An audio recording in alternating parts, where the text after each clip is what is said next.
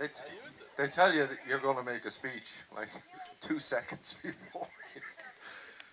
Anyway, you know, I was only 6 years of age when Olive and Maura got married 50 years ago. Oliver Mora. I Oliver was in, Bob. or Olive and Bob. I was only 6 years of age. I was in short pants, so I don't remember a lot from them, but from that time. All I remember is Olive had lots of boyfriends, and they were all very generous. And they were all shown into the parlour, the front room. Michael Hand, I think, was the last fellow. And there was never, I ever came out of that parlour without a half a crown in my pocket. So any of them would have done. Bob Power arrived. He didn't go into the parlour. He came straight into the living room. And he walked out and I never had a penny in my pocket. However, things changed dramatically when they came back from Limerick. And they moved back to Dublin. And Bob bought a boat in Hope. I was the only young fellow in Ireland who went fishing in a Rolls Royce. Or an Austin Princess. Or a Jaguar.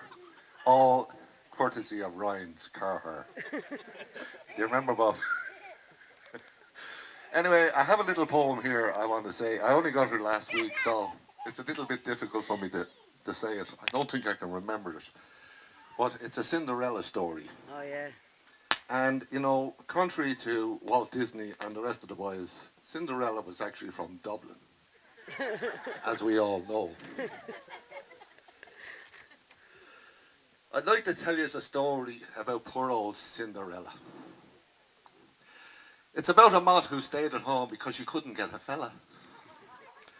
Well, she had to do the housework for a pair of ugly sisters. And they never even stamped their cards, the dirty pair of twisters. She had no nylon stockings, no powder for her nose. And the only bit of glamour she had was her sisters' cast-off clothes. Well, one night wasn't the sisters all gone off to the ball when the queen of all the fairies walked through the kitchen wall.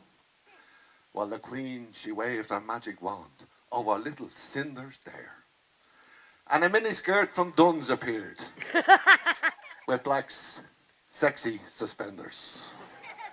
The queen, she waved her wand again before she did disperse. And a coach, all made of glass, appeared, just like an undertaker's hearse. Well, into the coach stepped Cinders, and she drove off to the ball. And she caused a great sensation when she walked into the hall. The centre of attraction, oh, she was a perfect toff. Sure, the fellas were all delighted, and the mots were all browned off. And as she walked down through them all, sure, she nearly broke every heart. And the prince, he nudged his bodyguard and said, there goes a smashing looking tart. He asked her up for every dance. She only gave him 5. The slow waltz, the tango, the foxtrot, the jitterbug, and the jive. Then he asked her out to the garden just to listen to the band, and the dirty-looking Egypt never even held her hand.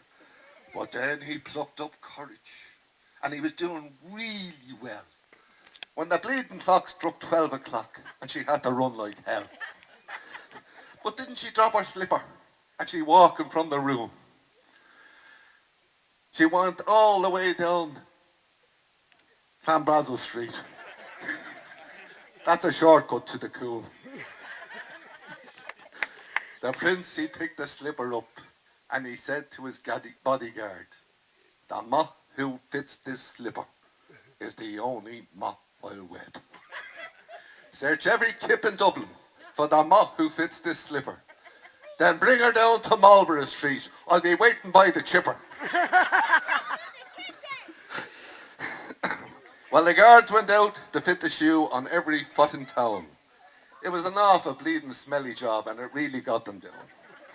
But wasn't poor old Cinderella the only one successful to the test? And the prince, he married Cinders. And you know the bleeding rest. Congratulations, Bob and Olive. God bless you.